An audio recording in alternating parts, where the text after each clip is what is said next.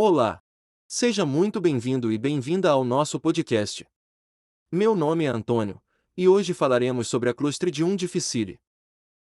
Nesse podcast nós vamos conhecer a sua história e todos os seus riscos. Fique conosco após a vinheta.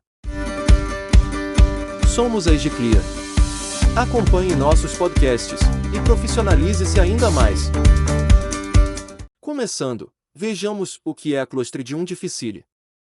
A Clostridium difficile é uma bactéria anaeróbica gram-positiva, formadora de esporos que produzem toxinas. Estas toxinas são responsáveis por causar infecções e danos ao intestino. Nesse podcast você vai saber tudo sobre esse tipo de bactéria multiresistente, responsável por 15 a 25% de todos os episódios de diarreia associada a antibióticos em hospitais. A infecção por Clostridium difficile é uma preocupação importante nos ambientes hospitalares em razão de sua morbidade e de seu potencial de disseminação, bem como surtos.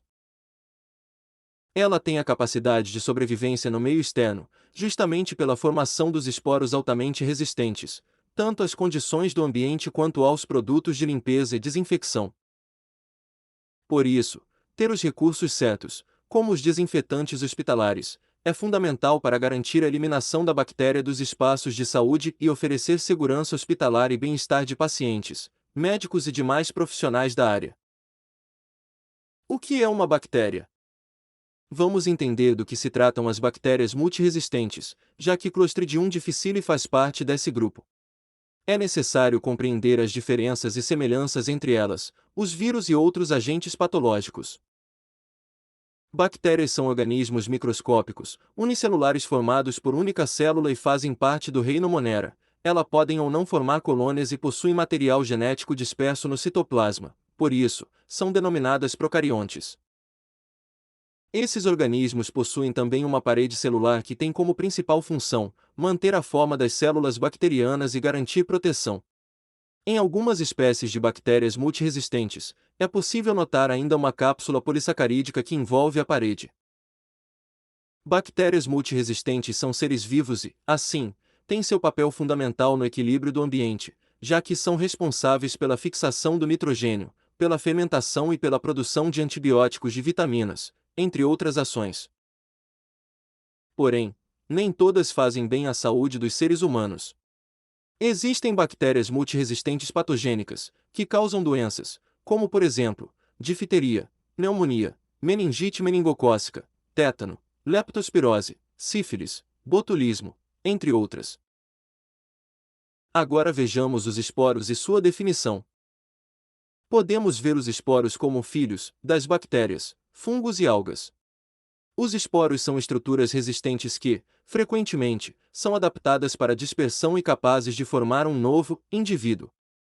Pequenos e leves, os esporos podem ficar no ar por longos períodos de tempo e são capazes de se deslocar por grandes distâncias.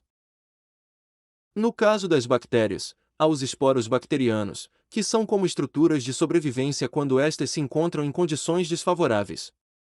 Então, os esporos são produzidos pela própria bactéria e ficam livres em seu interior. Este processo é chamado de esporulação. Outro tipo de micro-organismo, os vírus. A pandemia causada pelo coronavírus foi a mais recente da nossa era e transformou as relações humanas, hábitos e protocolos de limpeza e higiene. Ao contrário das bactérias multiresistentes, os vírus não são considerados seres vivos, pois não possuem uma estrutura de célula. Eles são parasitas intracelulares e são completamente dependentes de outras células para se reproduzir. Assim, os vírus não têm metabolismo próprio e são dependentes do hospedeiro. Na estrutura básica, o vírus é composto por dois componentes, um tipo de ácido nucleico e um envoltório feito de proteínas, chamado de capsídeo. Vírus possuem, além desses componentes, um envoltório fosfolipídico, como uma camada de gordura, chamado de envelope. Trata-se assim de uma membrana para proteção extra. O coronavírus, por exemplo, é um vírus envelopado, que contém essa camada de gordura, e por isso, a necessidade do uso do sabão e do álcool 70% como formas de eliminá-lo. A ação destes agentes químicos é capaz de remover o envelope e também desnaturar os ácidos nucleicos, o que torna o vírus inativo. Micro-organismos, por fim, bactérias, vírus e esporos são todos micro-organismos, pois são seres microscópicos, não possíveis de serem vistos a olho nu. Importante ressaltar que nem todos os micro-organismos são causadores de doenças, como vimos no caso de determinadas bactérias e suas ações benéficas no ambiente, nos animais e nos seres humanos. Como surgiu a Clostridium difficile? Essa bactéria é descrita pela primeira vez em 1935, quando Hall e O'Toole encontrou, na flora intestinal de recém-nascidos saudáveis, um micro-organismo até então desconhecido. De início, recebeu a denominação de Bacillus difficile, logo depois, de Clostridium difficile, que reflete a dificuldade de isolar e manter esse micro-organismo em cultura pura. Nesse mesmo ano, foi demonstrado ainda que a Clostridium difficile era extremamente toxicológica. Desde o final da década de 70, Clostridium difficile tem sido reconhecida como uma bactéria importante na causa de doenças gastrointestinais nos hospitais. Nos Estados Unidos, estudos indicam que até 20% dos pacientes hospitalizados hospedam esse micro-organismo. No Brasil, uma pesquisa realizada no Hospital Walter Cantídio, da Universidade Federal do Ceará, mostra que o Clostridium difficile é o principal agente causador de diarreia nosocomial. Atualmente, a literatura mostra que o Clostridium difficile é o principal agente causador de doenças intestinais associadas ao uso de antimicrobianos que podem ser desde diarreia até quadros mais graves e fatais. Importante destacar que um fator que favorece bastante a presença da bactéria é o uso indiscriminado de antibióticos e a ausência de protocolos eficazes de higiene, com o uso de desinfetantes hospitalares e álcool em gel a 70%. Dados sobre a Clostridium difficile no mundo. A Universidade de Pittsburgh, nos Estados Unidos, relatou, em 2002, um aumento contínuo de infecção grave por difficile, com mais de 300 mil casos graves. Foram relatados surtos em Quebec, no Canadá, principalmente em pacientes com mais de 65 anos. No Hospital Terciário do Rio de Janeiro, um estudo observou diarreia associada ao difficile em pacientes internados. Quais os danos causados pela Clostridium difficile nos ambientes hospitalares? A Clostridium difficile é uma das principais causas de diarreia associada ao uso de antibióticos nos hospitais. Um artigo publicado no The Brazilian Journal of Infectious Diseases abordou a presença de Clostridium difficile em pacientes do Hospital do Servidor Público Estadual de São Paulo. O resultado mostrou que a incidência de infecção por Clostridium difficile foi constante, com uma média de 8 casos por mês e não foram detectados surtos no período. O texto avalia ainda que as infecções por Clostridium difficile acometem, principalmente, pacientes idosos, com uso prévio de antimicrobianos e com fatores de risco.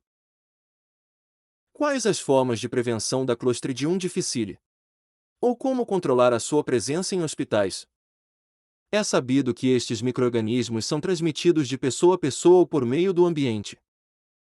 Por isso, os protocolos de higiene são fundamentais para evitar surtos e manter o espaço livre dos agentes patológicos. Entre as condutas de prevenção da disseminação da Clostridium difficile, determinadas pela Coordenação de Controle de Infecção Hospitalar da UFRJ, estão: limpeza concorrente com água e desinfetantes adequados como Optigel. Limpeza diária do mobiliário com água e desinfetantes. Termômetro limpeza com água e desinfetantes. Manter amper de uso individual. Manter carro para o banho de uso individual. Utensílios, bacias, patinhos, comadres e cubas, limpeza com água e desinfetantes adequados como Optigel. A limpeza e a higiene dos hospitais são fundamentais para eliminar a Clostridium difficile. Hospitais e serviços de atendimento à saúde precisam contar com protocolos rígidos de higiene e limpeza para oferecer um ambiente seguro. É possível conter surtos e evitar a disseminação de micro-organismos como a Clostridium difficile com o uso de desinfetantes hospitalares adequados e prontos para uso. Muitas instituições já fazem uso de produtos de desinfecção de superfícies de pronto uso, que eliminam 99,9% dos esporos desse micro-organismo em 3 minutos de ação. Assim, trata-se de um desinfetante hospitalar indicado para desinfecção de superfícies fixas e artigos não críticos de hospitais, clínicas médicas e odontológicas e demais estabelecimentos de auxílio à saúde.